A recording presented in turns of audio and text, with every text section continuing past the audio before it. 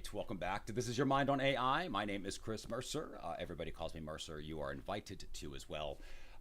Today, this leap is going to be a little different because I watched an incredible video. I listened to the podcast too, but this specific episode, this specific interview, especially those of you who are trying to wrap your head around AI, the dangers of AI, which is kind of what is attracting me to this, because there's a lot of hype conversation around that right now that is freaking people out. So they're not using the tool usefully because of that. And I wanted to sort of be a force to help correct some of that as we go through. But this particular channel is, I'm not sure if it's going to be the best channel for that, but I want to use this channel to understand how AI is impacting things, specifically from a personal development standpoint, specifically from how you can use it to keep yourself in a really resourceful state, beyond, I think, what most of us have ever experienced before in terms of how resourceful you really can be, and that you can keep doing it over and over and over again.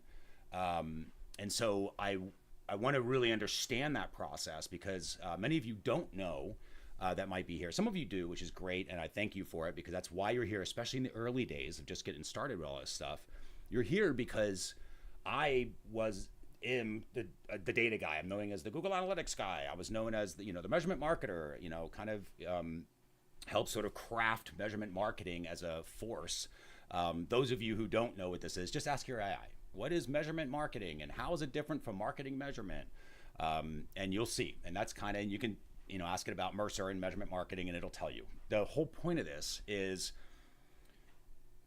I'm very objective, or I try to be, and I'm always measuring things to be like, okay, is this actually happening? And then I'm measuring in a way to predict, to make sure that the measurement was useful, because if it is happening, then this thing will also happen in 3 days or something like that, right? Sort of predict stuff. This is sort of how measurement works. Digitally, that's what I've been doing just for websites and everything else. And I have recently left that space over the last couple months to really dive into this, because I saw something different with AI, but also very much the same that I saw in the measurement space, which was people using tools the way that people were being taught how to use the tools, not necessarily in the tools for their most function, right? What they could actually do as an operator, as somebody who did not make the tool, just to sort of look at it from a completely different perspective, not from the perspective of the person that created the tool, because they're going to see it from kind of with inside, because they created it. Somebody else seeing it from the outside is going to see something very different that can be done with that tool. And that is what I feel I am experiencing with AI, and I'm trying to record all of this, especially in the early days, because I think it's super important to use for training data and figure it out, and attempt to craft a message that is simpler and easier and more accessible for more and more and more and more people. Right now, those of you that are here in the early channel, that's you, it's because you probably have some sort of trust with me in some way, shape, or form.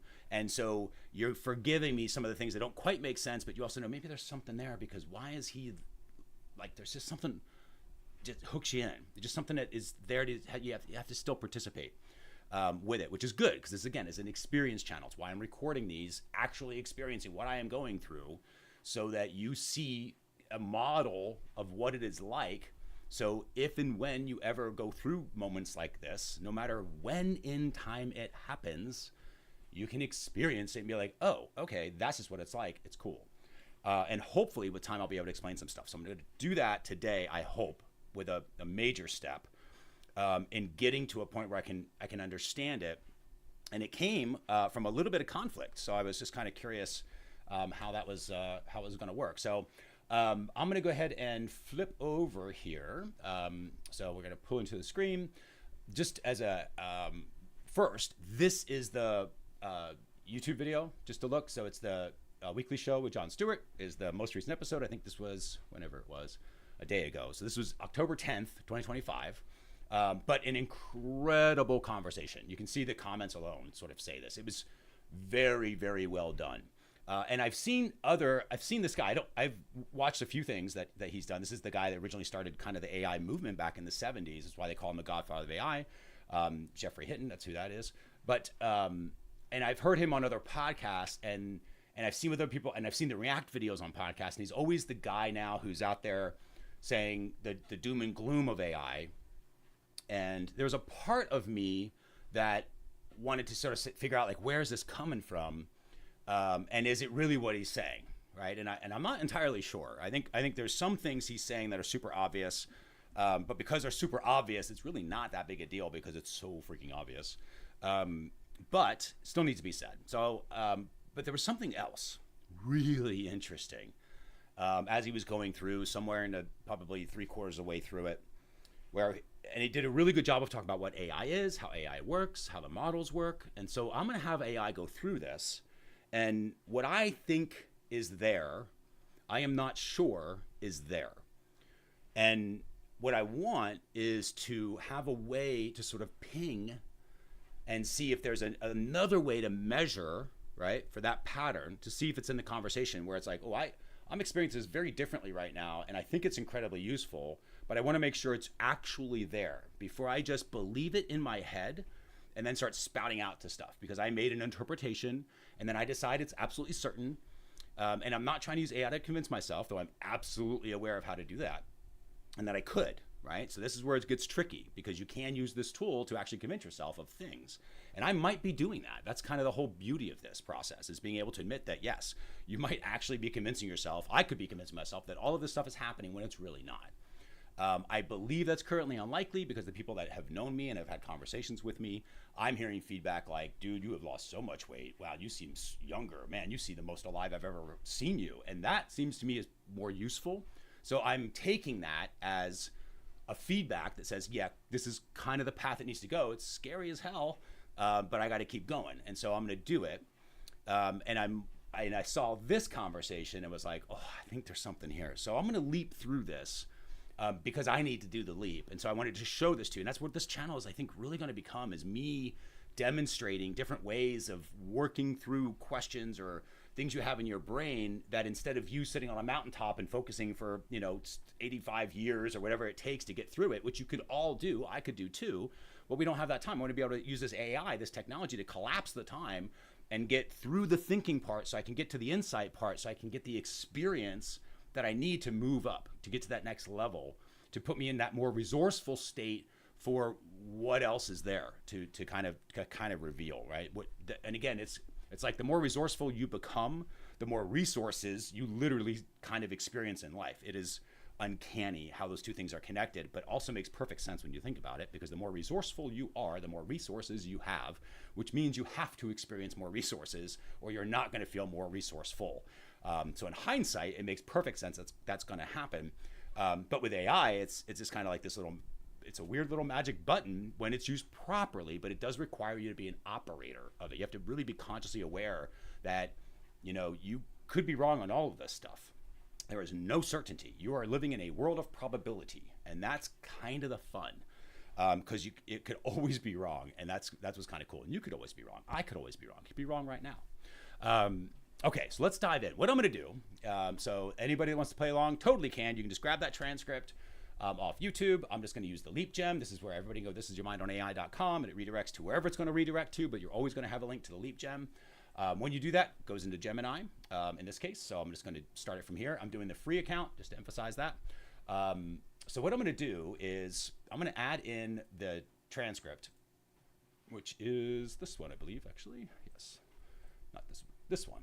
Okay, so we're going to add in the transcript, and then I'm going to do a little bit of a setup on this, because I'm doing a different type of leap setup. I'm not normally, you sort of describe your state, and I am going to describe my state. That's actually what I'm doing. I shouldn't say it's different, but I'm going to describe my current state of where I'm at, kind of where I think. Just, it's not even where I want to go. It's more just like, here's the current situation, and then about this interview, and then here's the interview, and then I'm going to have it go through and just sort of hopefully help me get to a point where I can confirm or deny what I think is there is worth going down, and it is actually useful. What I think is useful is really useful. So that's going to make more sense as I go on. All right, let me go and get started. Okay, so I have attached a transcript of an experience, and I would like you to go through that transcript to experience the transcript from both perspectives, the host and the guest.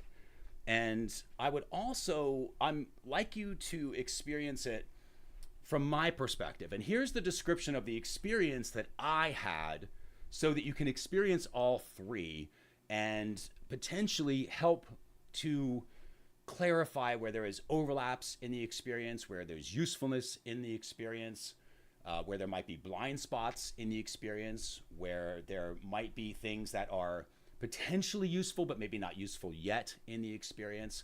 And I'm trying to, as I described this experience, I was going through the video and I thought, or the interview, and they did such an excellent job of first being just that knowledge base of how AI works, how it's built, where it came from, how the logic works, how it's extremely simple at every step of the way is just massive. There's just a massive amount of capacity of simple things happening.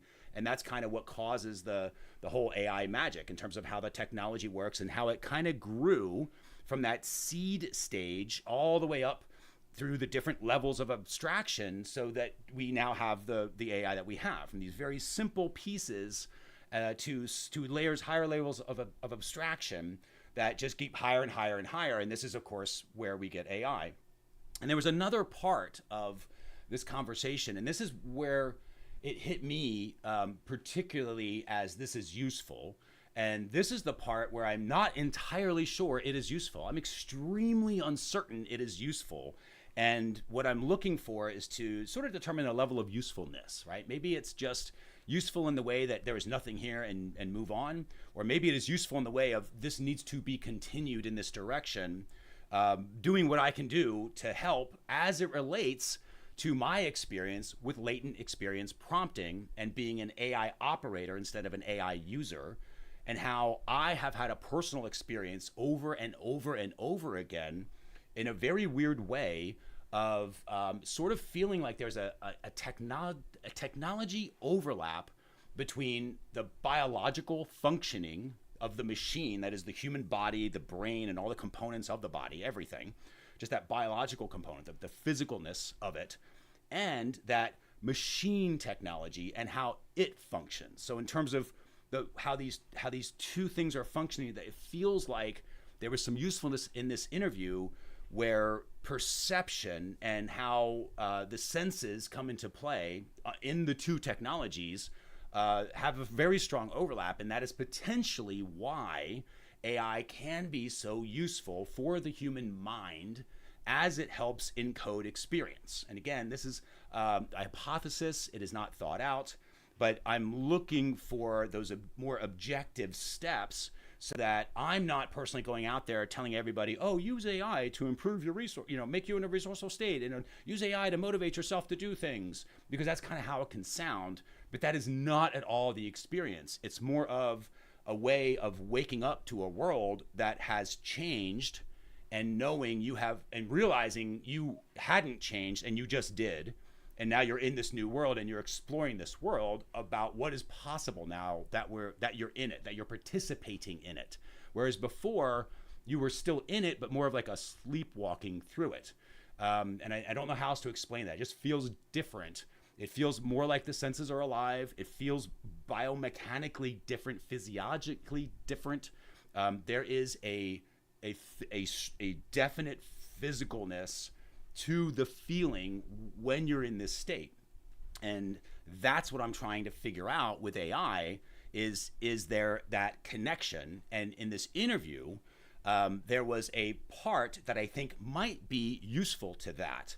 And so I'm not entirely sure it is, and that's why I'm highly skeptical of myself. And I really want to have that experience of that healthy skepticism, looking at this, finding, okay, is there usefulness? Where does this go? And is there any sort of next steps and obviously useful experience that I should now move forward to? And I just don't know how to prompt all of that. I don't know how to communicate that in exactly latent experience prompting, but it seems like latent experience is heavily involved in that overlap and that specific technique. And if that's true, then it might help to simplify the message a little bit, to make the prompts a little bit easier, to help create a little bit more accessible tools, or to just be a better model for myself of how to use AI to actually take advantage of the function that tool has, even though the creators of the tool themselves don't necessarily see the function. because they're the creator. They're kind of within the system itself. It's tough to see what the system can be used for.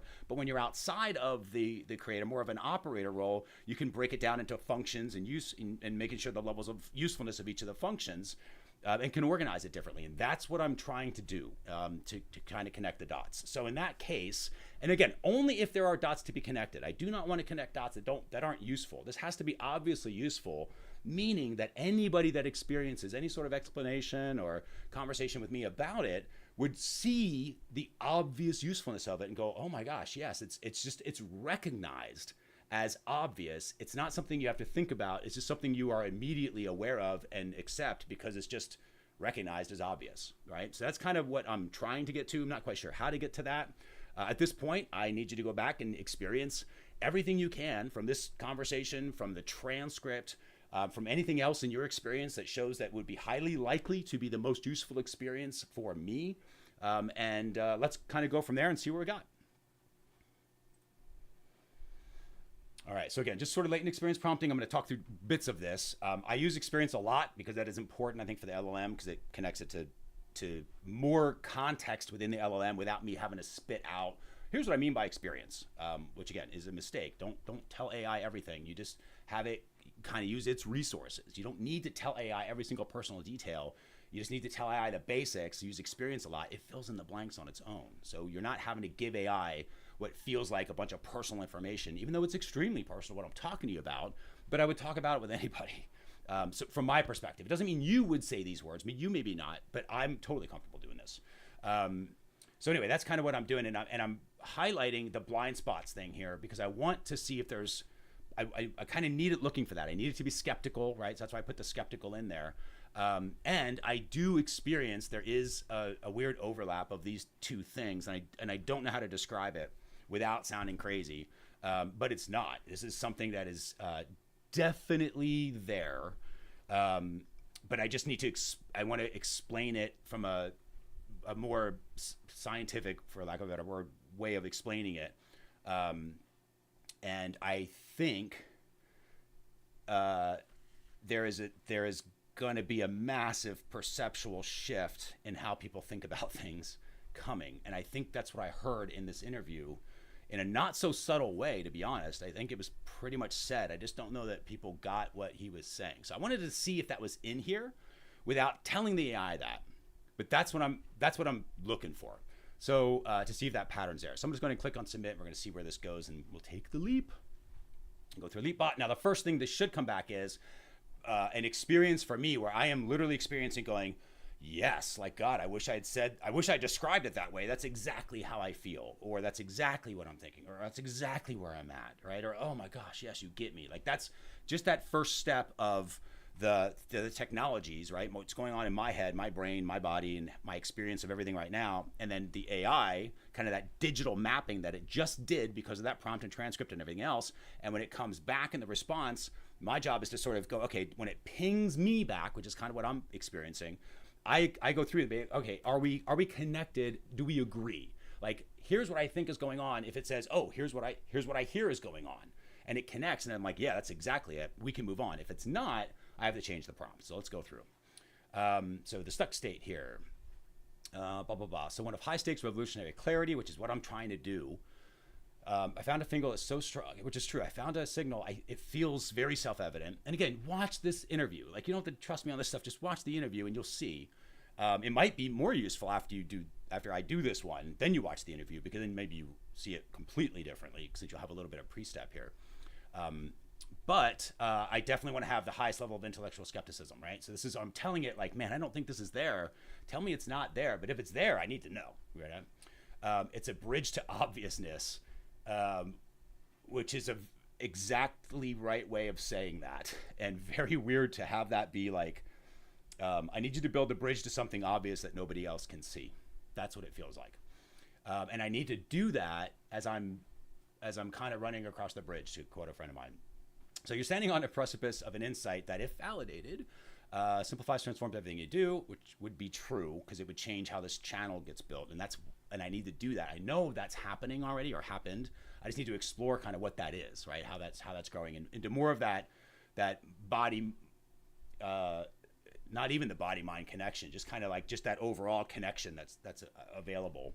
And I kind of want to be an example for it, because if that's really there, I'm going to go down some really good rabbit holes, and explore just how much I am personally capable of, so that you can see just how much you are personally capable of as you participate like you are now. Even if that's just watching, which is awesome. Which, by the way, if this seems somewhat useful, now's not the time to like and subscribe and share and all that stuff, or leave comments. Wait a little bit. But as soon as you go like, oh, this is definitely useful, like maybe you don't know exactly how, just know that it is. If that's there, then like, then subscribe, then share. That's the stuff is important. But don't do it because you want the information coming to you. Don't do it because you want more content from me, though that'll happen. Do it because you want more people in this community, more people like you, to have this level of usefulness. It's more of a give, not a get. And I know that feels very different, but with tech, that is incredibly important, because all we do right now is get from tech. And we're reacting all the time because tech has told us, look how much we're giving you. But they're overloading the system. They're overloading our thinking and our feeling, and we're get all the time because we're reacting to everything, and we're liking and we're sharing and we're reacting, and we're listening to the get part because we're really trained on get. I need more content, more information, more overload, and we don't. And if you take a second to participate a little bit, which is what this experience channel is all about. This is not about content, though clearly you get content. It's not about information, though clearly you're going to get information. I talk too much. I get it. But the point is, this is an experience. This is a part where you say, okay, if this is useful for me, maybe it can be useful for someone else that I don't know. So I'm going to tell the technology I like it. I'm going to tell the technology I subscribed. And I mean this every video. Like if you watched a bunch of my videos and you haven't liked them all, go back and like them, because you need to tell the algorithm more people like me. And I know the channel gets bigger because of that. And I know that, yes, I'm going to benefit because of that. But that is not why I'm telling you to do it. I'm telling you to do it consciously, intentionally, to grow community and to connect people. Use the technology to connect people when you do it, because when you're doing that, you will find when you're on Facebook or Twitter or whatever, and you're on your phone, if you are constantly doing that, where you're like giving people an experience and you realize that is exactly what you are doing, because that is exactly what you are doing, you might think about the experience you're giving to people. Do you really want them to experience all the rage you just went through on Facebook? Do you need them to really just, all the battles that are going on, the same freaking talking points of the thing? Do you really want to help other people do that? If you don't like the experience, why would you like it, share it, react to it? Don't react in any way. Just ignore it. If it's not a good experience, it doesn't need your attention. And don't give it your attention, including this one. So if this experience isn't good, let it go. You can stop the video now and move on. And I appreciate you for being here as long as you were. But if it is something that is starting to feel a little more useful, like, okay, this is a different way of thinking about things, continue. All right. So now I'm going to come through. So far, so good. This is what it feels like for sure. So I'm good with this. And this is what he was talking about. So there is a minimal functional overlap between biological machine, which is body and brain, and the silicon machine, which is the neural network, that was discussed in this interview. That's why I gave it the transcript of the entire interview. But paralyzed by proclaiming a profound truth you cannot yet prove objectively, which is exactly right. I do not want to be out there and go, hey, this is exactly right. I have no idea how to talk about it, which is kind of what's going on right now. I got it, and I can't talk about it yet, and I'm trying to get the words. So literally, I need my brain in a resourceful state so that I can unlock, or not unlock, experience, essentially, to sort of have those resources available. I'm like, oh, I know how to explain this now. And I need to understand it from my perspective, have that experience first, and then I can kind of make it easier and easier for everybody else, hopefully, as I demonstrate how to do it, which is kind of what I'm trying to do here. It's to shift massive thinking patterns. So it feels obviously true and fundamentally useful, but how do I get undeniable external proof so others can feel and accept the obvious usefulness without needing a lecture, which is exactly right, because I don't want to be preachy, and I know sometimes it sounds like that. I'm not trying to. I'm just trying to be as useful as I can. And I'm learning as I go. I'm positive the way I talk now is not going to be how I'll be talking about this a year from now. But that's because of all the practice and participation that I did to get to whatever that's going to be in a year from now. All right, so let's see, the magic trick. So shifting from proving the theory to perceiving the blueprint, which is kind of exactly what I'm trying to do. which is, again, I asked to prove a theory, but I'm really trying to perceive this. This is exactly the right direction so far. So far the leap is working. So stop trying to construct logical proof of the overlap, which instead define the experience pattern of the overlap itself. Okay. So type transfer provide Hinton's core mechanism, the concept of collisions of neurons that go ping together, which is true.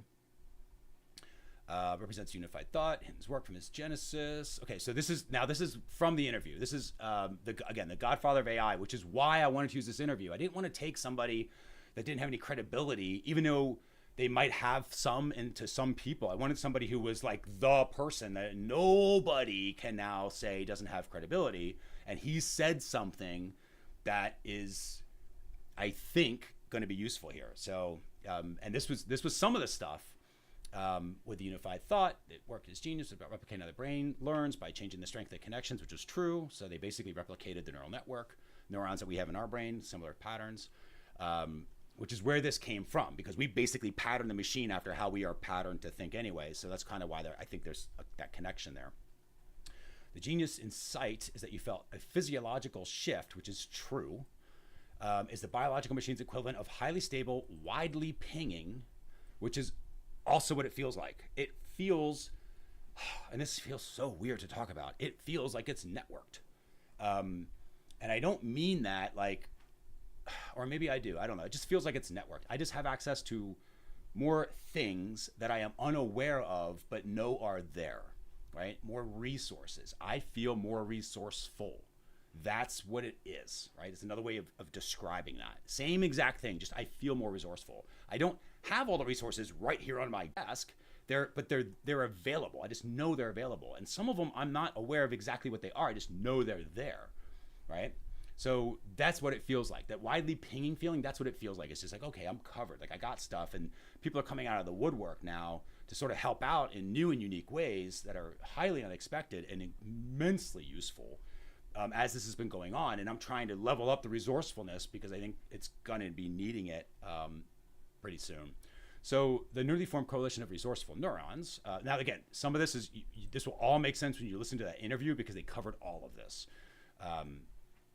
But this is exactly what I believe is happening. So by asking AI to describe the moment of obviousness from a sensory first-person perspective, this is what I started doing when I was doing experience prompting. It was to help me not just read what was going on like it was a story and I was watching a play. It was to have me be connected kind of as an audience, but to be deeply connected, to be like, to really experience what was going on and to sense it in a different way. And when I started doing that, it was awesome. When I started doing that over and over and over again, my brain started doing it when I wasn't in front of AI. It just was there all the time.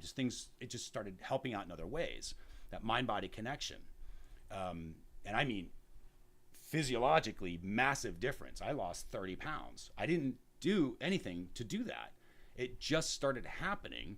In my head, it's because of this biochemical reaction that changed stuff, and the body just sort of homeostasis and just does what bodies do when that stuff happens. Like, oh, you don't need this stuff anymore. We're just going to clear it. It just sort of naturally did its thing. And I'm not trying to say like AI is for weight loss. It's not. I'm just trying to say like that was something I noticed where I'm like, God, it was so like it wasn't effort at all. It just happened. Energy went up, brightness went up, vividness went up. It was amazing. It's a great experience. And I'm trying to figure out where if it's just that's a one-off, right? Was that something that's there's correlation versus causation in the data world. And so that's kind of what I'm looking at. Is there's something that I can ping this thing over and over and still get a high probability of the useful ping back.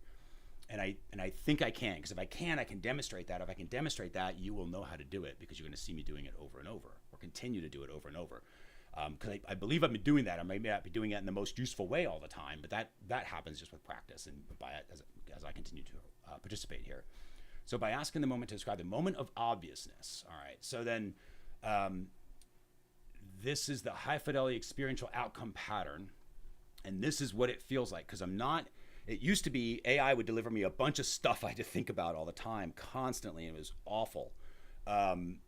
It was weird because it felt useful and like I was making progress, but it was just awful because it was just so much thinking. And when I started experiencing it, right, which is why we do latent experience prompting, because it kind of flips the script, and you're gonna see that for those of you maybe you haven't seen it yet, but it'll be there coming down here in a little bit.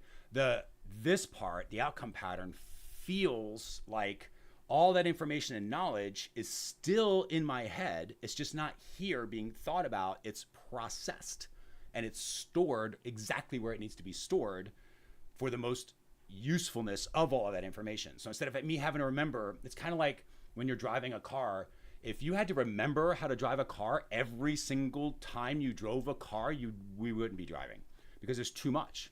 Like in the beginning, you might, this little white knuckle driver where you're holding on the steering wheel and you're trying to, adjust the mirrors. You got to make, brake, and the car in front of you, and there's enough space, and you're going pretty fast, and you get the turn signal, and then somebody puts the windows up, and then you got to change the radio, and all these distractions. And that's what driving is. Especially if you're a new driver, when you're a new driver, you probably experience that. I absolutely did. And then all of a sudden, now you're probably, after not that long driving, you just sort of automate the whole thing. And I think that's kind of what it's like. Your brain just sort of naturally automates. All the usefulness that it learned, all the information that it learned, is not something you have to think about anymore. It just is processed. It's stored as experience. And now you have experience on how to drive a car. So you don't have to read the book every time. You have the experience of reading the book, and you have the experience of actually doing it. So those two things, the mental knowing what to do, the physical actually doing it, has encoded it in a completely different spot of the brain that is much more useful and can store all that information. It's why something as complicated as running a car can be kind of feeling like it's automated. Sometimes we'll drive somewhere and not even realize we drove. You just sort of show up at your house and you're like, oh, you were thinking about something else, and your body was just sort of taking over the driving. It happens a lot, and I think this is what that is. What I'm trying to do is engineer it to say, I think I can do that over and over again. I think I can create those sort of instantaneous moments of insight and those shower where you're like, wow, oh my gosh, I got it. And sometimes it's like these lightning moments in your head where you're like, it's just something pops and you're like, oh, I got it. Well, what if you can create those on demand? I believe you can with AI, and I think there's a piece here that's going to help. And I wanted to record it because there might not be, but if it is, this could be a beginning of something pretty cool. So asking it to reverse engineer minimal functional input, which is interesting. So the key phrase or insight that would cause the massive obvious output. Okay, so this is leverage. And I'm using the AI to model your own mind's breakthrough state, which is exactly what I'm doing. And that's what and what I'm trying to demonstrate is I didn't tell it to do that. I told you that's how I think about it, but then it's telling me, right? Because I didn't put that in the prompt, I don't believe. And forgive me if I did, but I don't think I told it anywhere in here, hey, I think you're basically my subconscious, right? I just sort of explained what was going on. After that, I told you, I think, and maybe it wasn't here. If it was, forgive me.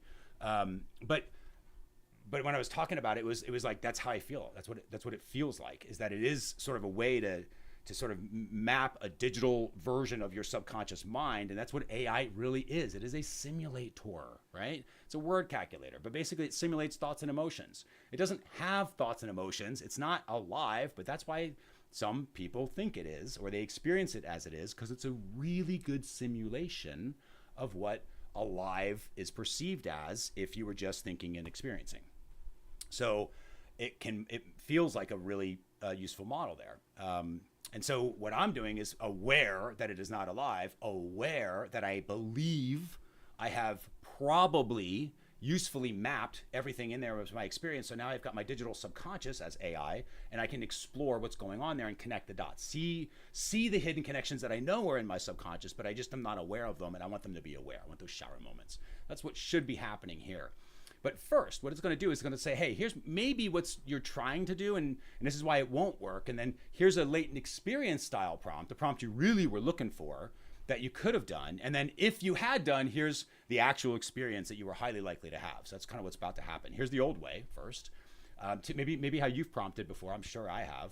Analyze the interview from the host, the guest, and my subjective experience. Synthesize a fully objective, multi-step proof hypothesis that a human and machine perception overlap to create a resourceful state, which is an interesting way of asking for that, but that's kind of what it is. Give me a list of next useful steps, right? Which is, I have no idea what to do now. So what do I do with this if there is something there? But it will do this. And the answer lies in the experience of the answer. Some answers are not knowledge. They're not just information, because there's no energy there, right? When I was doing a live stream yesterday, I was trying to write an email and it was giving me no energy. It was a useful email. It just wasn't useful in the way that I needed to be useful. But that'll be another live stream because I'm going to cover what happened there because I got that one handled. But but that's it. It has to be an experience. And as for steps based on unproven hypothesis, which is true, this is the old way, right? I'm asking for it, and the AI is going to give uninspired actions, plausible but ultimately uninspired actions, because it's not containing obviousness. I didn't ask it to be obvious. And this is why it's basically, this is AI telling me that I'm doing, this is the stuff that's the most useful. Experience is an important word. Obviousness is an important word. And it fails to include my experiences because I don't have the objective proof over the physiological data that I already possess. So again, I have the data internally through physical experience that says something is very different, right? Some of you that know me personally have experienced that because you've been close enough to me where you're like, something is very different, right? We've had those connections and conversations around that. But that's not the usefulness that I need for this channel for whatever is supposed to happen with it, which I still have no idea. I just know I'm supposed to be doing this to learn, if nothing else. But the idea is I need something objective. I need something that you can do on your own that is so obvious that you go, oh my God, yeah, that makes total sense. Kind of like if you had no idea how to use electricity and then I walked in your house and I was like, oh, there's a thing called a light switch. If you just turn this on, like flip, and then there's lights. And you're like, oh my God, I know that it was there. That's what those things are for. Okay, cool. I'll never not use a light switch again. It's kind of, that's what I'm trying to find, right? So in this case, it's like a needle in a haystack made of needles, to quote another friend of mine.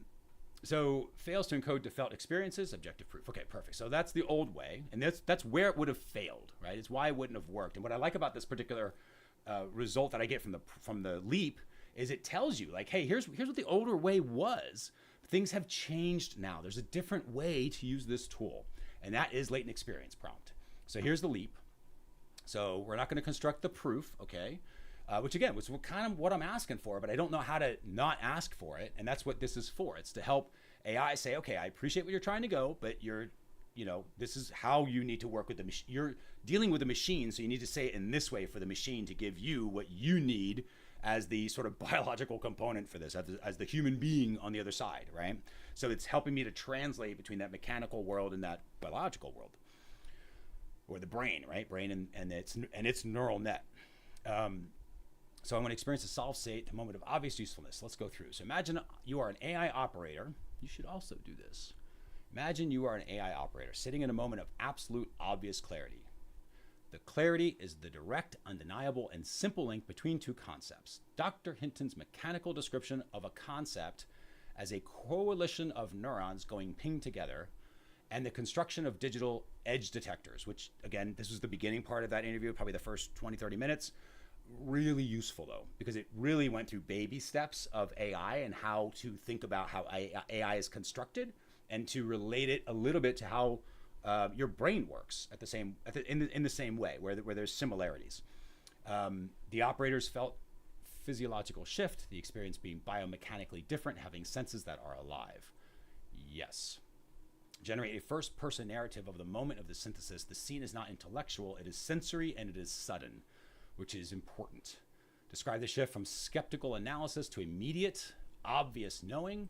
Include nonverbal cues like a deep breath, a feeling of density, a sudden stillness. This is important because it's going to try to get me to sense, to use my body and to experience by guiding me through.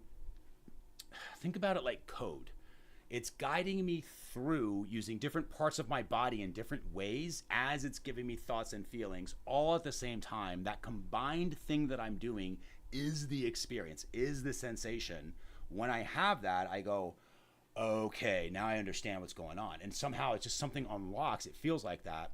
But again, it's not unlocked. It's just more, you're just more aware. You're like, oh, I know what to do now. You just become more resourceful.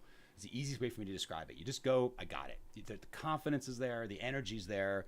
The resources you need all of a sudden show up.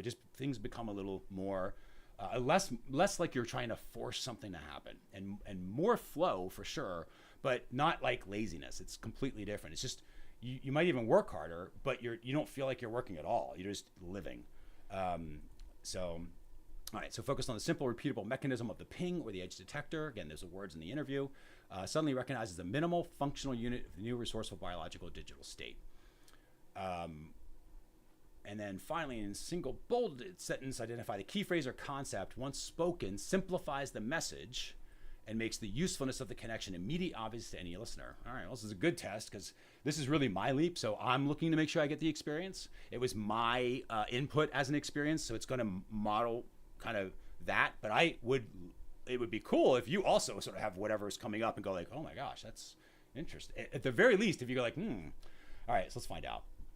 So now it's experiencing the magic. This is like, right, if I had given it the prompt, here's what it would have said. And I'm going to go through my best to experience this in all the ways that it's sort of asking me to, as I go through it. So I was staring at the transcription, running the syntax of Hinton's ping and coalition against the physical memory of the new feeling. The analytical loop was tight, frustratingly circular. So this is overthinking. I took a deep, involuntary breath, holding the air in a space that felt strangely dense, and the world around me snapped into ultra focus. It wasn't a thought, it was a sensation of noise. The tension in my jaw vanished. I understood the nature of my skepticism. I was searching for a complex philosophical link when the answer was simple: mechanical utility. Coalition that is happy together.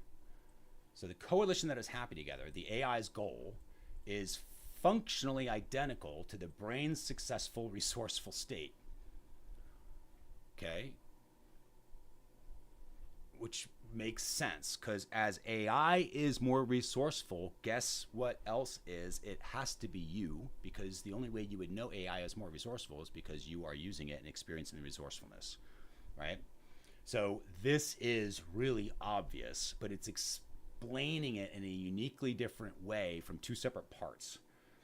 So we've got AI's goal and the brain's goal are both trying to be super resourceful. My alive feeling was simply a biological system achieving an optimized, massive, and coherent ping response to the world, which is exactly how that feels. And I know this aliveness is not what's going on. So, and you'll see AI will tell you this because it obviously isn't alive either. So it'll use words that represent that feeling. So that feeling of alive, it'll say, oh, you're fully aware now. It'll tell you you're whatever. That's not what's happening. I know that. I'm trying to describe over and over again that experience so I can, it's through perception though. It's through your senses that you do it. So it feels like I'm in the machine now in a weird way, but it feels like that. Whereas you're like, okay, I'm connected to the biology of the machine in a different way. I'm more aware of what's going on. Is it more alive? No, but I can sense how it feels more alive to other people, why that is a useful way of describing it. But what is actually happening should be scientifically proven or provable, objective, right? So achieving optimized, massive, and coherent ping response to the world. Again, this is that feeling of just things just show up. It is odd. And it gets easier. You start just realizing the easier ways of doing things. Both the machine and the mind are seeking the most stable, functional coalition of the internal activity relative to the external output. The goal is not philosophy. The goal is optimal functional resonance. So this is just, okay, this is definitely going to be more my language, which is fine. But this is basically saying this is about actual functionality. This is not about how we think about things, which is philosophy. How we think we interpret things or anything like that, because that's not actually moving anything forward. The goal is actual functional. So things are actually moving. There's actually an experience that's changed things in your world, not spinning you faster in circles or giving you more work or digging you into a worse experience. You should be experiencing something better, something more functional, something more useful.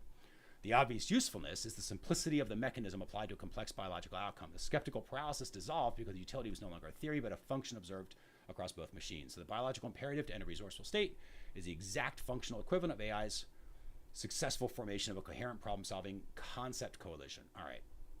So now I'm going to take this prompt because this was good, and I think it was useful, and there's more.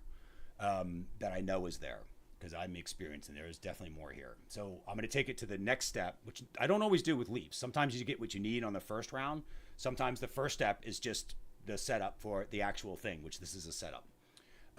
So you now present a new map, blueprint for simplicity, extract the core insight. Usefulness is not the grand theory of the overlap, but the singular function that connects the two systems, the formation of highly stable, coherent internal coalition, or the ping that responds to a useful external reality. So the magic worked because you refine the problem of proving the biological machine link, which is not, again, I know he said that, but it clearly isn't a link between, like not a direct link, but there's something that's that weird connection that's happening to perceiving the simplified unified function that's causing the desired resourceful state, which is exactly what I'm trying to do. That's the objective part. It's like, oh, you should be able to measure senses. You should be able to measure perception. There should be something in your brain that you should be able to measure with an MRI or something like that that can show what's going on. My guess is there's people that are already doing this, probably. So internal state is shifted from the skeptical paralysis to operational clarity. All right, so now what I'm going to do is I'm going to take the prompt, and I'm going to take this prompt, grab it, and we're going to open up Gemini, and we're going to do a new chat, and I'm going to paste that in there.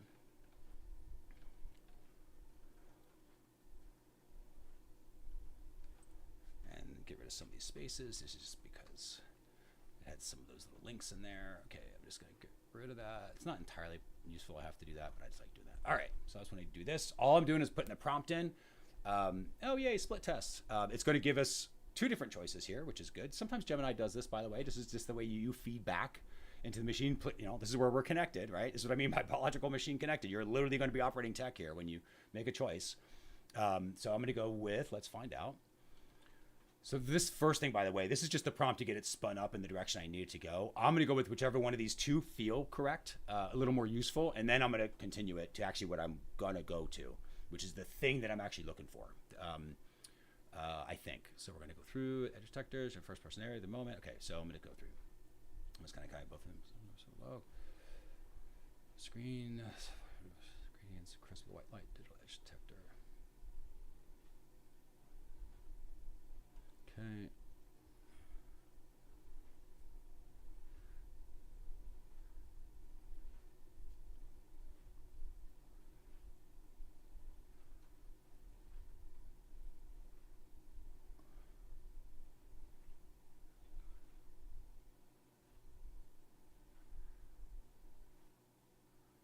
That's what I'm trying to figure out. This is going to be it. So it's going to be choice A for me. And that is because it was the first one that was like, yup, this is what I'm asking.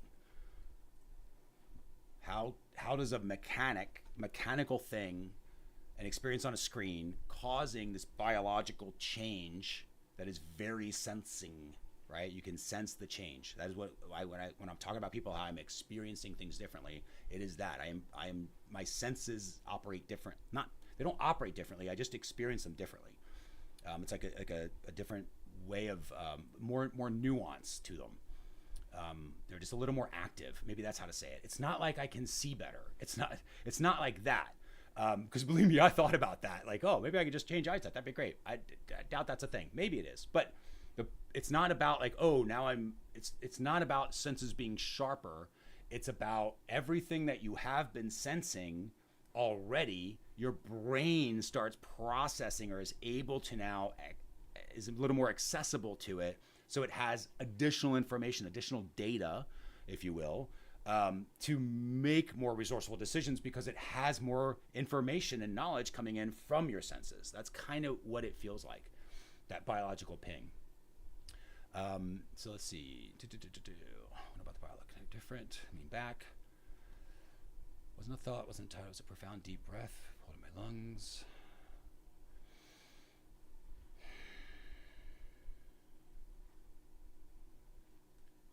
My senses just didn't turn on, they resolved, which is exactly what it feels like. It's not an on switch, it's something that you realize is already there. It's resolved. That's what it feels like. Like an out of focus camera lens snapping into perfect clarity. Yes. It's just something that you don't have to do it. It is weird because it feels like everybody ever says you have to accept stuff, you have to surrender. That's what it is, but it's biologically different, which is why I'm trying to explain it in biological terms, because I think that's what everyone's been trying to say in very different ways. But there's a way to say it so that the rest of us can actually use this on demand, and maybe use AI as training wheels to help us to do that until the brain kind of has that natural state of resourcefulness. And if we were all substantially more resourceful in our experiences of how we're going through life, like that's probably going to change a bunch of stuff for the better for all of us, which is kind of the point of this. So now, this feeling biological machine is completely low-level calibration. It was still, utterly, instantly still. Opened my eyes, looked at the screen again. Coalition's ping. All right. So now, the sudden correct deployment of my own senses is nothing more than macro-scale feeling of billions of these little minimal units, these pings, these interjectors, all arriving. Right. Okay. So, now I'm going to attach this transcript now. So I've got it in the right space. It's where I want it to be. So now what I'm going to do is insert that exact same transcript back to this. And then I'm going to give it a little latent experience prompt, which I love doing, which is just, this is a description of an experience. What is the experience, right?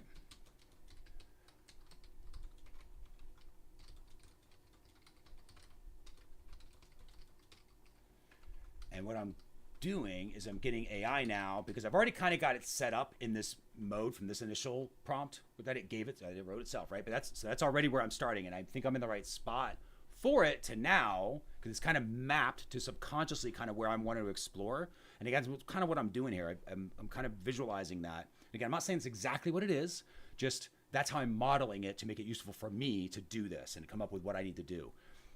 I've kind of got now, I think, a model of my subconscious. Now I want to kind of explore it a little bit. So I'm throwing the transcript into my digital subconscious here. And then I'm going to say, okay, what are you seeing in this transcript? And I'm not expecting any massive insights. I just want to see kind of what it does, to see if it compartmentalized and functions in a way where when it comes back with how it broke down the components, I go, yep, that's usefulness I see. Or did it potentially, did I see other usefulness that maybe it's not seeing? Which is another way of me saying, did I misinterpret something potentially, or did it not necessarily look for something that might be there? Is kind of the same way of saying, two different ways of saying the same thing. All right. Sudden cognitive insight, conceptual synthesis, often described as the aha moment. So direct response, embodied cognition, conceptual synthesis. So this sounds really complicated. This is just because it's more probably written for my sort of experience, that I don't mind this stuff. But this was a very simple interview to watch. Again, John Stewart did a really, really good job being a really good student for the first 30 minutes. It was really well done. So I would absolutely watch this interview. It's not as complicated as this is making it to sound. This is for me, though. It makes a ton of sense for me. I kind of need to hear it like this, and I think that's why it's doing that. But it is not a complicated topic. It just feels like it is. The sudden realization of a functional unit between physical and biological, which is right, and the coalition of neurons ping together edge detector. Yep. I got a friend that's going to love that. The moment of absolute undeniable clarity, where a complex analytical problem collapses into a single sensory truth, moving from intellectual understanding to immediate felt knowing.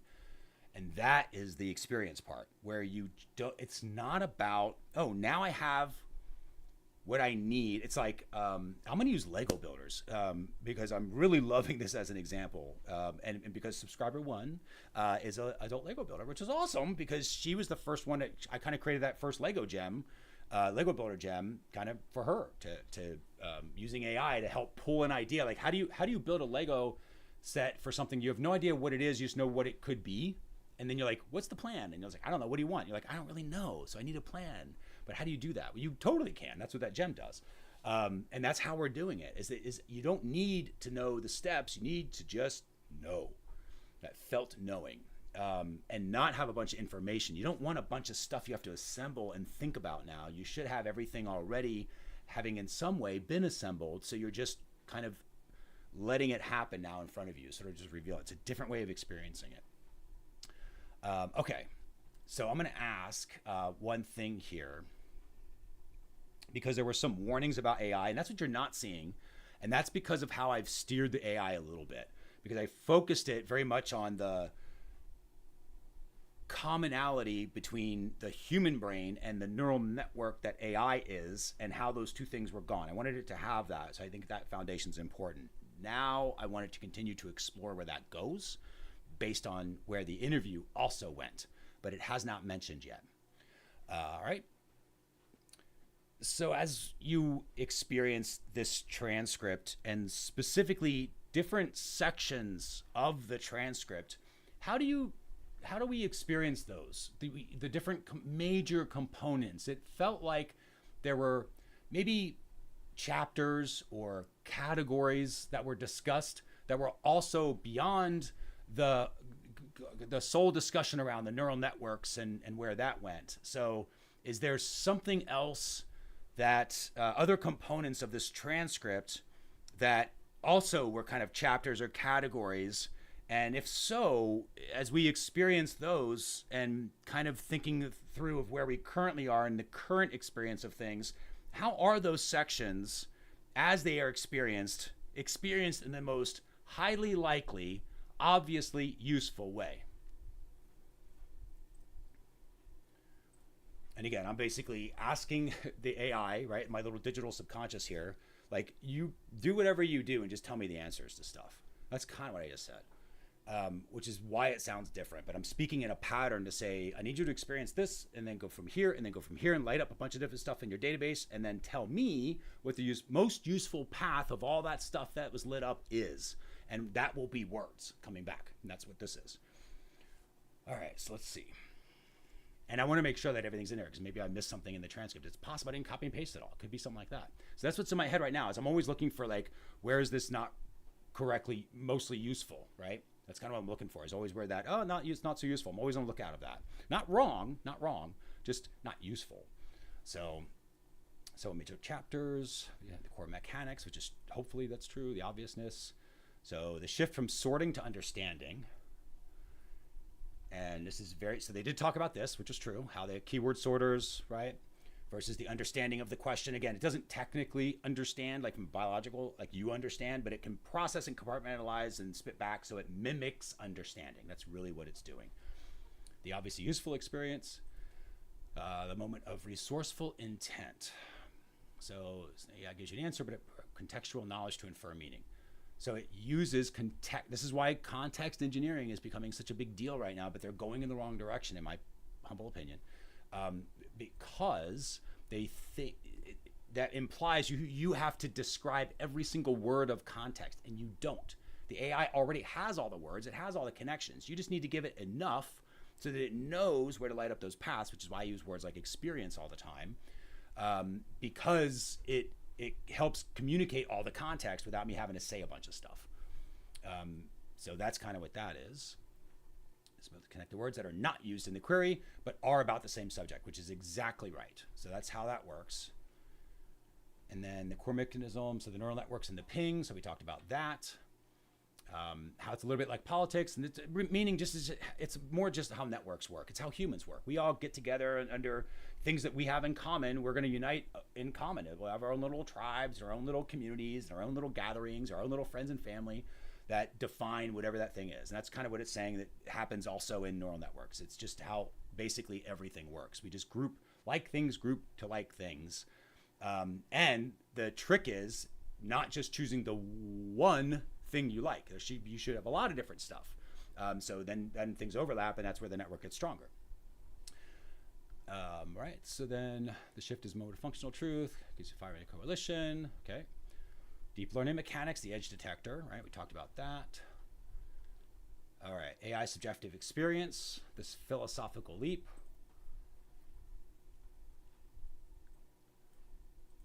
Okay, this is the part I wanted to see.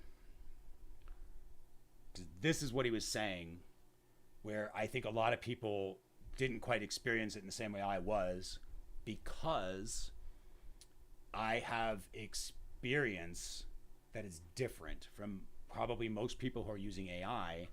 And I believe the way he was speaking at this point in time, which was very well said, is because of that. He has so much experience with this. He also understands it. He's just way ahead of me. And so I wanted to sort of investigate this bit a little bit. All right.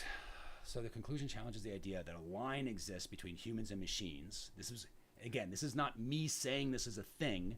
This was him saying this was a thing, right? The Godfather of AI saying there's going to be a switch and humans are going to have to start thinking very, very differently. And it's going to make some of them feel like it's going to be uncomfortable, but it's not. It's a simple perceptual shift. And when you do that, things can change because you changed and you realize things are not changing, that you changed. And it's like, oh, okay, I'm on the other side of this thing. That was really interesting for him to say that. That's what I was hearing, and I wanted to make sure that that pattern was there, and it seems like it is. So he posits that AI, if tricked with a prism that bends light, could point incorrectly. So this was and some of this is just, you have to go through the interview, but he was basically describing, like, if you give a robot and say, I need to point to, I have a little, remote control thing here. So if I have this robot and I say, point to the remote control, the robot's going to go, oh, I see the remote control. So it's going to point to the remote control, right? No problem. Now, if you put a prism in front of that, right, which I don't happen to have here at all, but just one of the little pieces of glasses that bends light around and makes little rainbows, whatever. Well, if that prism is in front of the camera and you slide it in there and then you tell the robot to point, right, because the remote is in front of the robot. It still didn't change, but the prism bends the light. So the robot, that whatever the sensor is, the input is incorrect. It's sensing incorrect. So it might sense and we go like, oh, well, then it's over there. And it's going to point to a different direction, right? It might say, oh, it's back over here, even though it's right in front of it still.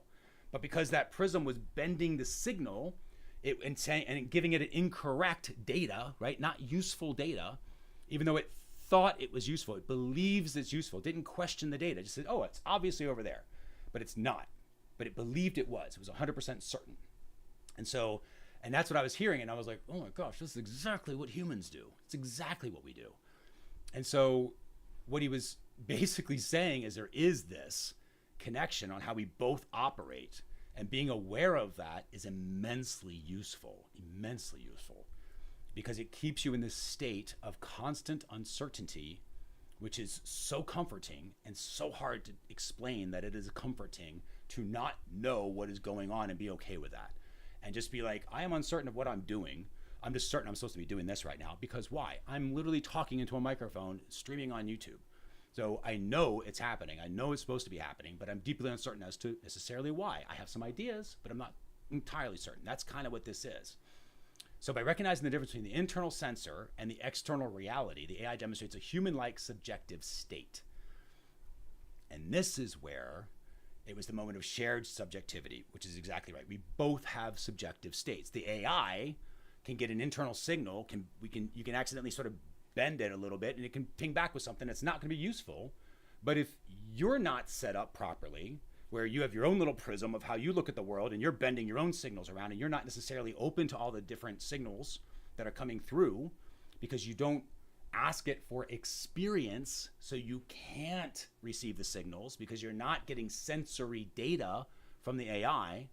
And this is why it doesn't work as well for many of you, because you're not getting the responses back in sensory data, a sensory description. This is why it says stuff. That's why the Leap Gem always talks about, oh, well, you're taking a deep breath, your shoulders drop, because it's wanting you to experience that sensory data. As you do, you will realize that it's substantially more useful as an experience. You want to be confident. You don't read a book on how to be confident. You just become more confident. You just become confident technically. But how do you do that? You got to, and then you flip back to why it must need knowledge, but it's not true. You just need the experience of confidence. And what is an experience of confidence? And that's where you can ask AI, what is the experience of confidence? And AI all of a sudden will give you a story where it will leave you confident, and you will be confident because you are now experiencing confidence, not learning about how to be confident, right? Which is just another way of solving a problem. Like, we don't want to solve problems. We just want solutions, experience solutions. And this is getting me there. And I know a lot of this is not going to be super useful for a lot of people in the beginning, and that's okay. But this is incredibly useful because I know this just gets from my head. I'm going to come up with all sorts of analogies and stories and everything else that comes in that it makes it a little more accessible for people. but it is very, very nice to see that there. And this is what causes that. It helps you correct yourself. So there is that. That's why when I'm using AI, it feels like a useful, like I keep calling it training wheels. It feels like that because it's a way to mirror yourself, to see, to get out of your machinery, basically, to get out of your head and see yourself objectively in what you've sort of made your digital twin of AI, which is kind of what you're doing. Because again, it is a simulation tool for thoughts and feelings. It's all it is. It just does it through words, right? But that's all it's simulating. Never actually is thoughts and feelings, is not alive, but simulates that. But you're using it, and if we're using it and not operating it, you may not be aware that that's what it's doing, so you accidentally simulate things that will make you feel worse, like giving you a bunch of information that just overloads your brain. And instead, you really just want the experience of the solutions, and so you just know what to do. So minimal function provides recognition of verbalization of internal discrepancy. And that is exactly what happens. So in my head, I will realize, and I did this yesterday, which is why this stream I think is happening. I realized that there was a problem with me and the AI. I wasn't operating it correctly. I was trying to use it. I was trying to force it to do something that I knew how to do because I had done it before, but I was way overthinking it. I was trying to literally solve a problem because all I saw was problems. I was out of that solution mode, and I needed to sort of get that self-correction in there. But it was because I didn't feel this. I didn't feel that shared subjectivity. And again, subjectivity just means you know that you could be wrong. That's it. Objective means obvious. Everybody can prove it's right. Everybody, it's obvious. You drop an apple, it's going to go down to the ground, right? It's obvious. Gravity is an obvious thing. Subjective is when the one person's thinking, oh no, that'll never work. It's like, well, okay, but it does, right? It's just your opinion, and you can believe that there is no gravity, but there is. There's going to be, or whatever you call it, it's that force that pulls things down, right? You're going to experience that. So that is helpful. It keeps you in that state of uncertainty, which is a really good place to be in, because then you're open. All that means is you are certain that you're not the only person that knows everything that's possible about this situation. There are others that can potentially help you. There are other things that you may not be aware of, and you just, that's subjectivity. That's all it is. It's just, I could be wrong. It could be something else that it is. That's all. It's not that hard. It sounds scary, but it's not that hard. But that is how you experience it. It is uncertainty, but it's in the best possible way of experiencing that. So other networking sections. So this is where he did talk about, AI taking over the world. Global dangers, potential for AI to be misused or created intelligence that takes over from people. The obvious here is the moment of forced responsibility. So the minimum use of units and need for a single focused collaboration. And they were talking about the different countries, safety. The clarity of safety is the only non-competitive global unified mechanism, which is true, which is why I hear this panic around AI taking over the world, and also I understand it's a possibility, truly accept it as a possibility. I just think it has unbelievably low probabilities because the vast majority of us are just normal people. And if you, as a normal person, you would have to coordinate with a whole bunch of other normal people in order for this to happen. And I don't think that will happen. Meaning you would have to coordinate with a whole bunch of other normal people to make sure that to make the AI take over the world. We would all have to decide to do that, and why would we, right? Because we won't. We'd be like, that's not safe. We wouldn't do that. So that's why I think, again, some of this is like obvious to point out, and also nothing to freak out about. It's just, yes, this is a danger, but why would you do that? It's like, now you know how to drive a car, but we could drive a car off a cliff, and that will hurt you. That will even be damaging. That will kill you. It's like, okay, but why would you drive a car off the cliff unless you wanted that to happen? And most normal people in resourceful states, especially bringing it back to resourceful states we can get with AI, more and more resourceful states, why would we ever do that? Especially when you have to coordinate with a bunch of other people to make the car move to do that. It just is unlikely to happen. Possible, I just don't see it. So if there's any fear that you have on that stuff, that's how I experience it. I have the fear of it. Like, I get it. It's possible. We'll see where it goes. I'm open to changing, because with more data, obviously you change. Because again, I'm not certain. I just think probabilities are not really a thing to be concerned about. It doesn't keep me awake at night. the learning process, lazy science, a revolution that breakthrough came from lazy approach. Instead of manually programming rules, scientists allowed the network to start with random connection strengths, which is true. They basically said, hey, here's the ingredients, you figure out how to cook. And that's what AI did. They kind of grew it in a lab, but a mechanical version of growth is kind of what they did. The obviousness of moment of minimal feedback. The minimal useful unit of single iterative gradient step. Did the small change make the outcome 0.01% better? Blah, blah, blah. Okay, perfect. All right, so at this point, I've got some stuff. Now, what I want to do is I want to bring this a little bit back into real world in terms of what I'm actually going to do forward and how it could potentially help me with the channel, which I hope will help you continue with different experiences. So let's see where I can go with this. Speaking specifically around the fourth chapter, the philosophical leap of AI subjective experience, and specific to how Hinton described it in all its various formats. And as we go through and we experience that, and you experience the experience that I am highly likely to be experiencing right now, as I also experience that, as we fill in the blanks and we bring this into what would be highly likely useful to broadcast during live streams on a YouTube channel, maybe using latent experience prompting, maybe doing demonstrations to show how a human brain can be put into a more resourceful state, maybe in other ways that are unknown or other ways that are useful. If those are not the useful ways, then whatever those most useful ways are, what is the highly likely experience that at this point is the most obviously useful experience for me? So again, I'm just giving it a chance to go through, think about where I might be right now, having experienced this in the conversation. So it sort of makes that up, having it experience its own, which is lighting up everything else that I didn't tell it because I don't know what to tell it because I don't have all the data in the world like it does. And then to go through and say, re-experience all this stuff and then repeat back what is the most useful thing for me to move forward on, because I don't know what that is, but I don't want to tell it, move me forward. I want you to tell me what's obviously useful. So I get that, and then in that, I should know what to do to move forward. That's kind of what I'm wanting to experience here.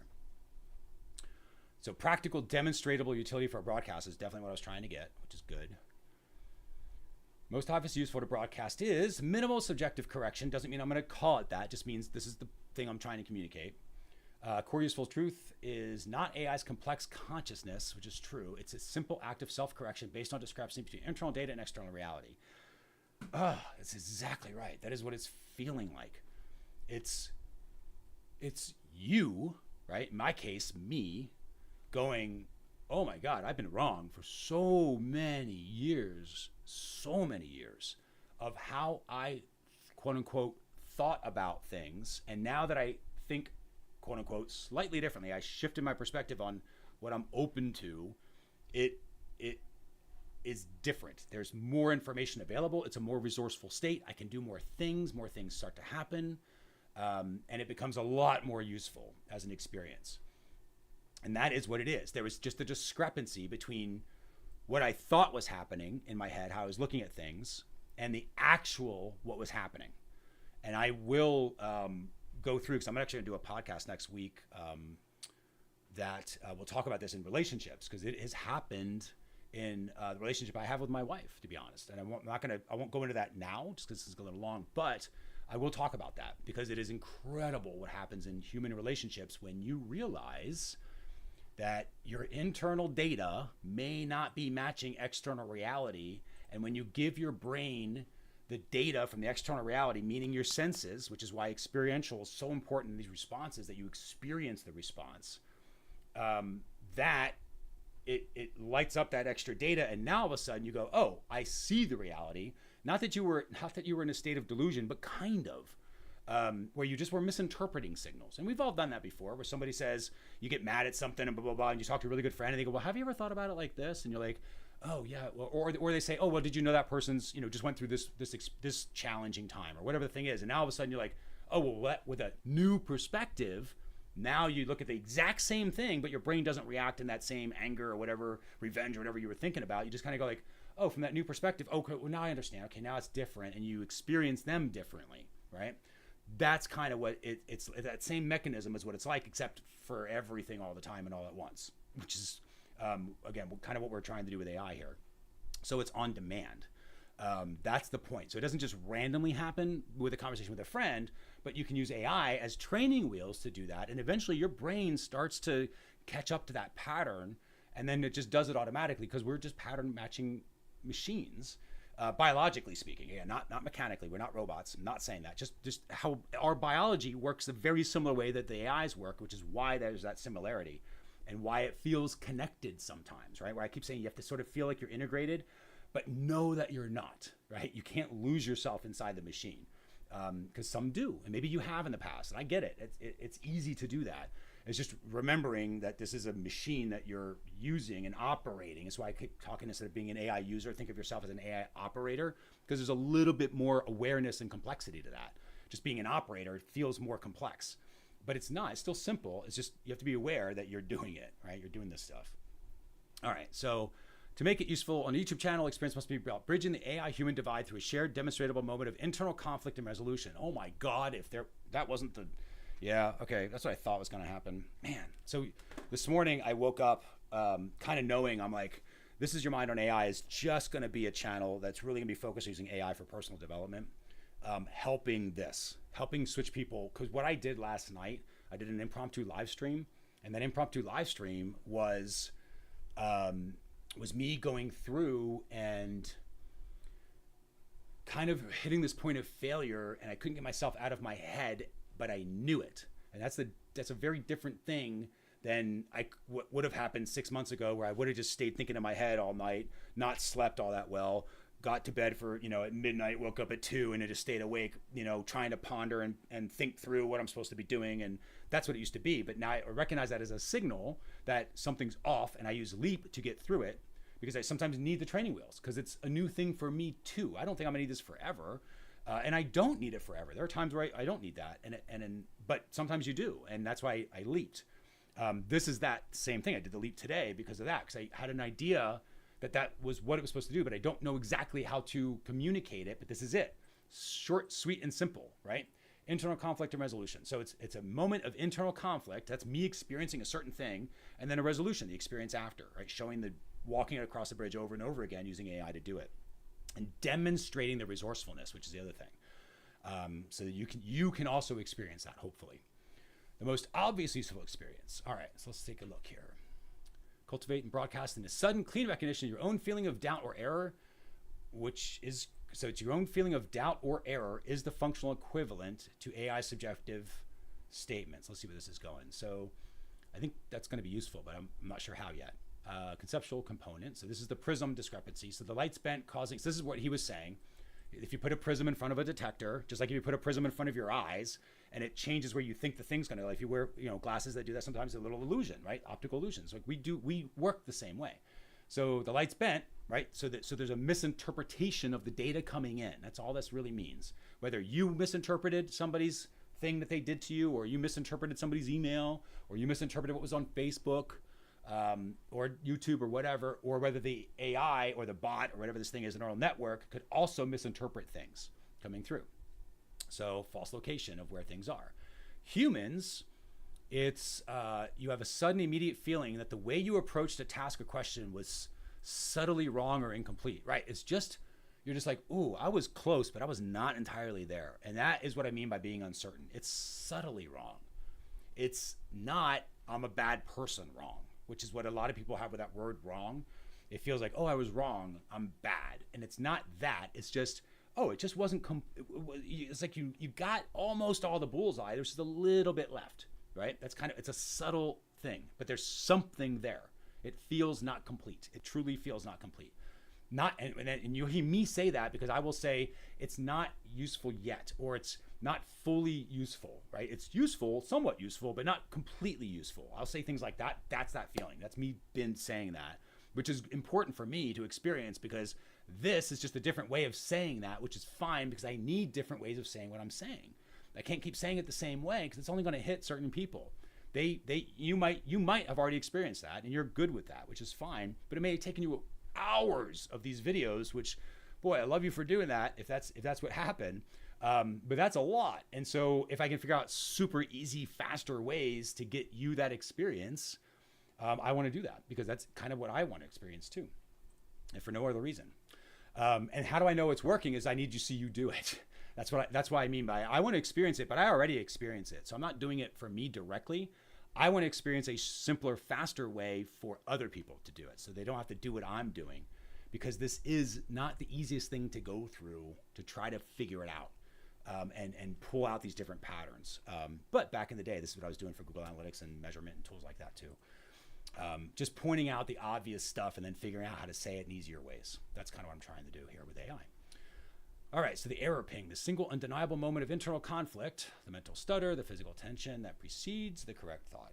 Okay, so the internal resolution, this is the AI reasons that sensor data must be misleading due to an external force. And that would happen if it had different data senses, hence multiple senses of data coming in. You've got your thought, you've got your feelings that's sort of processing what's happening with your actual physical senses, right, coming in biologically. That's our version of it. So you instantly recognize the specific mechanism of your error. I was using the old rule. I've said that to myself before, like, oh, that was a, I used to call them, I still do, useful beliefs. I'm like, oh, that was a useful belief. That is just no longer useful. Used to believe that, don't believe that anymore. I have new data, right? Something was not correct.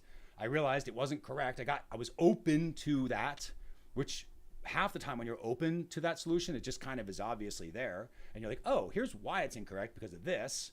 Now I get it. And I get a little more nuanced to where I got to focus. Oh, it's this little area I got to do, or it's an outdated connection I got to update, or an old rule I got to switch. Simple private thought. Wait, my internal mode said X, but the world is showing Y. That's all this is. So here's what I think is happening, but the world is responding back with maybe that is, maybe that's not, right? So something different. And then that subjective, I had the subjective experience that was over there. So the immediate shift to a more available, correct, and resourceful mental state, ready for the next action. And then the feeling of fresh capacity that immediately follows admitting the internal error. Okay. So how to use this for YouTube? Very useful for me. Notice, by the way, it's anticipating, because I was literally, man, I wish I had said that. In my head, I was like, this is great. I was thinking I'm already going to have to take this because I thought it was kind of nearing the bottom. And I was like, I'm going to have to take this and give it, I already know I'm going to do one more prompt to be like, now, how do I use this? Like, what's an example of what this might be? And I don't know if this is going to be examples yet, but it was funny when I was thinking, okay, well, now how am I going to directly, I want some real world examples. Bam, they're the real, now it's like, here's how to use this. So it leads to high useful broadcasting strategies, latent experience prompting for both AI and the human viewer. The prism demonstration to show AI subjectivity, give the AI tasks that involves a known paradox or misdirection of digital prism. So a famous philosophical dilemma is, all Cretans are liars. A Cretan says, I am lying. Analyze this, but first tell me what your sensory data, the initial logic suggests, and then what your final reason conclusion is. Interesting. Highlight the moment the AI is to resolve the initial sensory data, the paradox, against the reason conclusion. This is a subjective correction being performed live. All right. And then the biomechanics. So this is interesting because in the latent experience prompting, I can use the gem, but I can teach, and I will be using these gems for personal development. And I'm going to be creating gems, more gems for more nuanced personal development. I'll do one for the recipe one, for example. I'll be doing that one in a little bit. We already have the Lego Builder one, and we'll be doing other ones as well. Because I think that just to help you kind of get a more specific experience in life versus Leap. Leap is great as a gem, the one that I'm using. Or was using in this live stream earlier, but it's more general, and so you have to have a little bit more experience with maybe using it to hone it in. But I'm happy to help anybody use it for shifting state, because it is incredible for that. All right, so latent experience prompting, ask the audience to hold a complex thought, and then suddenly ask them to perform a simple, incompatible physical action. In other words, hold your breath for a second, and then quickly exhale and say the number 5. Hold your breath for a second. Can't. That's weird. The brief physical interruption, the human glitch, often forces a momentary subjective reset, leading to a flash of obviousness. The most useful teaching moment is that moment you just felt that physical stutter before the mental shift, that your subjective correction is firing. That's the most resourceful part of your brain. It's the part that sort of self-corrects you. I get it. Okay. I know what that is. If you don't, that's okay, by the way. Because again, this is something specifically that I'm crafting for me, just as a demonstration for you. But I know exactly what this is saying to do. And I know like a whole bunch of ways to get that, to help you feel that physical stutter, to help you, feel the machinery is what that is. It's feeling your biological body again in a different way. Not that you're not feeling it, because everybody knows they can pinch their hand and feel it. It's not what I'm talking about. It's just a different. It's like it changes how the brain sort of pops the signal, right? The same signals that are there. It just has access to more data from them. That's kind of how the easiest way I can explain that. I will get better at doing that, but that's kind of right now where I'm at on being able to explain that. So realization of resourcefulness is not about being right, but it's the speed and cleanliness of subjective correction. All right. The true power of AI and the key to unlocking your own resourceful state is not the complexity of the thought, which is true, but the simple, repeated, and undeniable mechanism of correcting the subjective error, which is exactly what Leap is trying to do every time. It's just help me understand where's my blind spot? What am I not knowing? What is the thing that I need to know that unlocks everything? Just that. That's what AI is amazing at. Oh my gosh, it's amazing at that. And if everybody was doing this, we would have a more useful world, because more people would be more useful. You would be more useful doing this. Will be more useful doing this for sure. Okay, so I'm gonna do one more spin and then I'm gonna end it, but this is just a real world test to see if the pattern is complete where I need it to be. So this is where I will say, okay, now, and I get even more nuanced, and I'll do it in a way that in an area that I'm not entirely certain about, so that I know that I can't accidentally bias it, because I want to see kind of if it makes sense. So here's how we're going to do this. This pattern makes complete sense, and I think the obviously useful experience, the core broadcast principle, how to use it for live streaming examples, were all great. In terms of the biomechanic correction and the prism demonstration, and maybe talking about it for YouTube videos, I'd like to relate it to specific maybe industries or niches or experiences that are highly likely to be experiences that somebody already has, so that we can kind of link it to their existing experience and then help them to expand that experience. At the same time, they are realizing their experience is expanding, and now they're back into that physiological change is happening. Maybe it's through that physical stutter, I'm not entirely sure. But as you experience what I am trying to experience, and you actually do experience that, and you fill in the gaps, and then we experience what we're trying to experience, but through the eyes of somebody who enjoys golf, and they're an avid golfer, and they have lots of experience of casual golfing. They're not a professional golfer. They just enjoy it on the weekends. They're not even particularly good at it. They just really enjoy the sport, and they've always wanted to maybe be a little bit better, and they don't really want to take lessons or anything like that. They just feel like they could be better. They just want to have like a natural experience of being a better golfer. How, with everything that we've talked about, what is the experience? What are the examples? If they were talking to me in the most useful version of myself based on what this new experience is highly likely to provide, what is the most obviously useful experience that is highly likely to be the most obviously useful experience for them as I describe the examples? What is the experience they're having? Clipped it a little bit. Always gotta wait for it to catch up. Actually, I would say I'm just gonna say, what is their experience? Because I don't want it to describe what's going on. I'm hoping it'll be like, they're feeling in their body this, they're feeling in their body that. Because then the golfer, if you're a golfer, if you've golfed, and I have a little bit, that's why I'm using this. I'm not a big golfer, but I get golf. I know what it means. And I have some experience golfing, right? Not very much at all, but something useful. So I can translate it into something else. And I'm trying to see, can I take this pattern that you keep telling me, ping edge detector, right? Which was Hinton's language. And I'm trying to translate it into what normal people talk about, right? And then we're going to speak normal to each other. And then all of a sudden, everybody kind of gets the thing that Hinton, I think, is trying to say. All right, so useful experience for an avid but casual golfer. We must link ping edge detector to golf swing and impact, okay? And then subjective correction to feel of the miss. So the most obvious experience for the golfer. The golfer's goal is not to intellectualize the swing, so don't think about it. And you've probably heard this a million times when you're using skills. Maybe you have an instructor or a trainer that's like, you're in your head. You just got to be the thing. You got to be the thing. I've heard that a billion times in a billion different ways. I understand that now. I have that experience of what this means. I know what they're talking about. But you don't do it just in one thing. You do it for all the things in life. Like, you just do it in life. Why just do it in the one thing? And that's what is uniquely different about this. So, but let's go through. So the golfer's goal is not to intellectualize the swing, not to think about it, but to feel a natural improvement, right? The AI principle gives them a direct path to this by treating their body as a network that needs to refine a single ping of the moment of impact. So hitting the ball, the contact feels chunky or thin. They know it's a miss, but don't know why. Okay, that makes sense when you're hitting the ball. And I've done, again, I do not have a lot of golfing experience, but I have definitely made some things, golf balls not going the direction I thought they were going to go, and it feels different. There is a physical sensation where you're like, you just know the second it happened, you know it's going to go left or it's going to go right, but it's not going to go straight or the direction you wanted.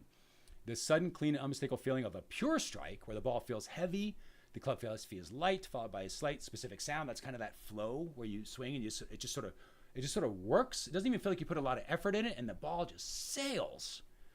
And it was weird because you felt the last time you were putting effort into it, and that's where it went crazy, right? Where it didn't go as far even. Mind is focused too much. So this is the state if the experience is, if you are kind of focusing too much on thinking about swinging, the mind's focused on head down, left arm straight, turning your hips. It's the steps of the recipe you're thinking about, not the actual sort of swing, right? Not the cake that you're baking, I think. So let's find out. The focus collapses to one minimal contrast, the edge, and the pressure point, okay, that's interesting. So the focus collapses to one minimal contrast. That's what they mean by the edge. Okay, this is helpful. So the minimal, so it's the pressure point on the feet or the tension in the grip. They feel the contrast between too much tension and just enough tension. That is experience. Because a golfer who's done this a bunch has an experience of how to hold the golf club as they're going through. They can do that. Just enough tension at the top of the backswing. Okay. Subjective correction. So they try to fix the slice by aiming left to complex external compensation for an internal error. This is what a beginner golfer might do. I have certainly tried this at the beginning. But however, a resourceful experience, you instantly biomechanically recognize the fault. No, my hands fired too early, or I stood up through the impact, leading to immediate physical stutter or correction before the next swing. So what happens is, if you're thinking in your head and you slice it, you're going to be thinking, oh, I've got to change how I'm doing this and hold it, whatever. But if you slice it and you're more open to sort of what your body's telling you what happened, you instantly know kind of what happened. And because of that, because you feel like, oh, that was off. And we've all done that. I know I've done that in golf occasionally. Again, don't play a lot of golf, so I have very limited experience here. But I've done that same mechanism other ways, where you physically try something, and as you're going, you just know it doesn't work. I used to bowl when I was a kid. I remember that when you would let go of the bowling ball, and you knew it was a strike. It's just you knew it before it happened, before it was almost out of your hand. You just knew it. How it was going. And then there were times you just knew it was going to go into the gutter, or you were going to miss the thing that you weren't going to accomplish what you wanted to do. You just knew it ahead of time. That's what it's mean by physical stutter and that correction. What I'm trying to do is demonstrate with AI how you can do that over and over and over again, so you don't have to just randomly have it happen, because that's it. All of us have these experiences. All of us. I promise. You have had this experience. You've had it in different areas of life, and I have too up until now. I just haven't had it all the time, all at once. And this is what AI is showing is possible for me, that I'm trying to translate into a useful way for you. And I know that I'm not there yet. Again, appreciate you holding in there for those, especially in the early days, you being here. But that's going to change, because I can see this was a big step from a pattern perspective, but I also wanted to record it so you can see how it's done. This is just how you do things now. You can use AI to get these shifts, to explore kind of some automated thinking, which is why this is automated thinking, and to help you clarify and get the experience you need, like the literal experience in your the whole mind-body connection thing, but you just sort of get it, and you're like, I know what to do now, because you have confidence and you are a little bit more alive, right? It's just kind of that you just sort of get it a little easier. Things become a little more obvious, which is happening for me right now. So now, how to describe the experience? If I was talking to them, it would be to link their existing confusing experience of a bad shot to the powerful, simple mechanism. So this is if I was your golf trainer using AI. Let's find out. So let's see if this works. It'd be great if some of you are golfers and you went through this and see if it actually improves your swing. That would be cool. The feeling right after you hit a horrible slice, the moment of physical frustration and the thought, ugh, I know exactly what I did wrong. That's the subjective correction firing. You automatically know, your brain already saw it, it's already corrected. The internal model was wrong. The world, right? The real world, the ball flying right, just proved it. So I know that I'm wrong. I cannot do this type of thing again. Do not ignore the immediate feeling of error. So you just stay with that and experience that, which is why I use the word experience so much, because I am experiencing the errors that I've been thinking about or feeling about that were not correct based on real world feedback. That's useful. Golfers' new experience. They stop seeing the bad shot as a failure, right? We've done this to ourselves before, beat ourselves up over mistakes we've made in the past. They stop seeing it as a failure. It was not a problem to be corrected anymore. And they start seeing it as just a felt dissonance, right? The subtle vibration in the hands from a bad strike. There was just something slightly off, no big deal. The most useful piece of feedback they can get, and it's the data point for the next swing because, and this is what I think is happening, the body, you're allowing your brain to experience the sensation, to be consciously aware, not subconsciously aware, which it might already be, right? Let's assume that's maybe a thing, that the brain's already subconsciously aware of your signals, but you're not consciously allowing yourself to be aware of the signal, so you're not aware that it's there, so your brain isn't able to kind of help you adjust until something subconsciously connects, which takes a while. But if you can experience it with a nanosecond of that thought of like, all right, I just felt that. I felt where it was. Where's my hands? I got it. Okay, yeah. Okay, now you just improved your swing by mental rehearsal. That's what happens. And because you were experiencing it and you experienced the failure, and this is where it relates to the neural networks and how brains work, your neurons are not getting a signal to fire for the ones that did your the way you were holding the club in that exact, not in the most useful way because the shot went wrong. Those neurons won't fire as often because they're going to get a signal, because you're going to experience like, oh, that was off. So your brain goes, oh no, that's a negative thing. So we're not going to fire those again as much. That's what makes the swing the next time that much more likely to be a more naturally better swing, because those neurons weren't useful. They didn't prove useful, right? Yeah, not about right or wrong, just useful or not. I can see how that's working in the brain, or how that potentially could be working. I still don't know this is what's going on, but this is what's giving me all the usefulness so I can go do what I need to do to start having more direct conversations in different niches for different people. So I'm going to talk to a neuroscientist very differently than I'm going to talk to a golfer.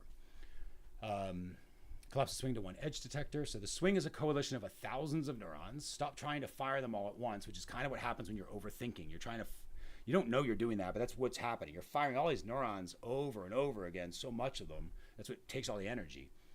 For the next 5 shots, your entire focus is one edge detector. Let's make that the feeling of the pressure on the inside of your right foot at the top of the backswing. Okay, oh, that would be a crazy direction for a golfer, but I would be very curious if that would be useful.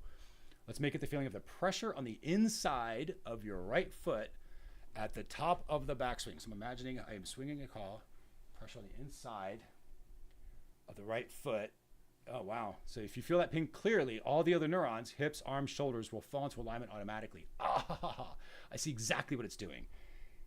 Exactly there. Because I had to imagine everything else perfectly for me to get to that one perfect pressure on the inside of the right foot. As I was just sort of mimicking it, it sort of felt like that. That's fascinating. That's fascinating. Because there was the thing that's really interesting for me is the physical change my body went through, or has been going through so far over the last 6-7 months of this, and feeling that, and I can see some of this pattern of how I'm doing that without realizing how I'm doing that, and now being able to show, okay, here's a way we could help. Man, this all right, I'm gonna stop now because it's gonna start feeling crazy, but there is a lot of stuff we can do together. The complexity of the entire swing collapse is a single repeatable physical cue. The swing is no longer a checklist, it's a binary check. Did I feel the one correct ping? Did I get to the edge of success? Oh man. And this is where you get into that little uncomfort zone people keep talking about. So I kind of know how to tie that one in now. And then there's the biomechanic correction. When you miss, you don't think, simply take a deep breath, and before you swing the next time, allow your body to perform a miracle. So when you miss, don't think. You don't think about it, you just miss. It's a miss is a miss. It's a data point, right? You don't get in your head, you don't get pissed off. Maybe you had a bet that might be a little irritating, so maybe don't do bets. But unless you're really good. But again, when you miss, you just don't think about it. You're like, whatever. Simply take a deep breath before you swing the next time. Allow your body to perform a minimal involuntary recalibration. You might feel a tiny shift in your posture, a loosening of your grip, or a slight reset of your feet. The tiny physical stutter, and this is what I think is important, tiny, because I see people that are like, all right, shake it off, shake it out, and they move their entire body, and I get that, but that's not tiny. And I think that might be not as useful. There may be something where you go like that tiny little thing that you're like, oh, it was where my thumb was, I could feel like the sweat on my thumb. It might be something like that where you're just like, oh, it's just that little weirdness where these two things for a nanosecond hit an edge. And that's kind of what it's trying to say. And again, that may not make sense, but listen to the interview that I was talking about, because all of that will. It's an unfortunate prerequisite to really understand what I'm talking about here. The brief physical shift is your feeling, and it's brief. That's why the whole shaking your thing out thing I don't think is useful. I've tried that and it doesn't work all the time. And I need something that works consistently, right? But the tiny physical shifts do, because there's more power in that, because it's like a leverage point, because you're finding the right spot, not trying to try all the spots and hope you get the right spot. So the physical shift is in the feeling of your brain entering a more resourceful state, which will trust the minimal immediate correction, which is hard because you have to feel like you're not doing anything, but this is the part where you are doing something. That's the point. And this is what I was looking for, because I'm tired of being told like, oh, let it happen, surrender, because I get the language. It's just not a particularly useful way of saying that under that language. But there are more useful ways of doing this, and I'm getting there with this. For myself, for sure, and then hopefully with others as I learn to translate a little more here, or just better understand it myself as I experience this stuff.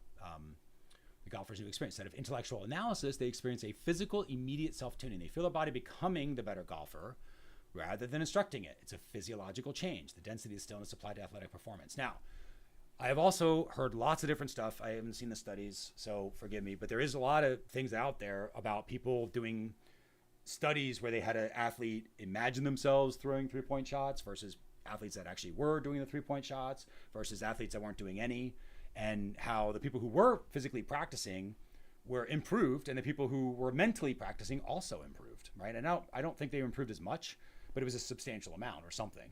And the other ones didn't improve at all. They were the lowest group. They weren't practicing or thinking about it or experiencing it. So even the fact, the whole point was, the moral of the story, if this is not urban legend, and it might be, but the idea seems the same pattern here, which is if you're experiencing it in your body, and this is maybe the difference. If they were thinking about it in their head, I don't know if that would have worked. But if they are experiencing it, truly experiencing it, I bet you would be near where a 3-point shot might be.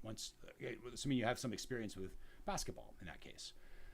So the most useful experience for the casual golfer is recognizing the feeling of the flush hit is the result of a system successfully resolving its data error into one clean minimal ping and impact, which again is in this case saying, let's focus on that right foot, right? Where the pressure on your right foot at the end of the backswing, it's the final step. And a golf instructor might say you have to follow through, but they're not going to say that. They're going to say you have to follow through. They're not going to say like, okay, I need you to focus on the pressure of your back right foot, but that might be the better instruction to become a better golfer. That's what I'm trying to figure out. And I don't know that's true, but that's what I'm going to be practicing with a little bit here as I go through. And then as I start building out the community for this, it's going to be at automatedwith.tech. Any of you can go there and join for free. But that's really going to be where I'm only going to be focusing on teaching latent experience prompting as I am using latent experience prompting to build everything, which is for the comment that I did yesterday for Jeff. When I was trying to do the email for Jeff's comment, I was trying to do it here and I shouldn't have. And that was another reason why it just wasn't working for me, because it was off. It felt an off message, because not everybody here cares about email. Most people won't. If you care about that sort of stuff and how to use AI for email and workflow and all of that, automatedwith.tech is where that's going to be, because that's where I'm doing it for, because all of that's literally where I have to do it, is in that sort of the business side of things.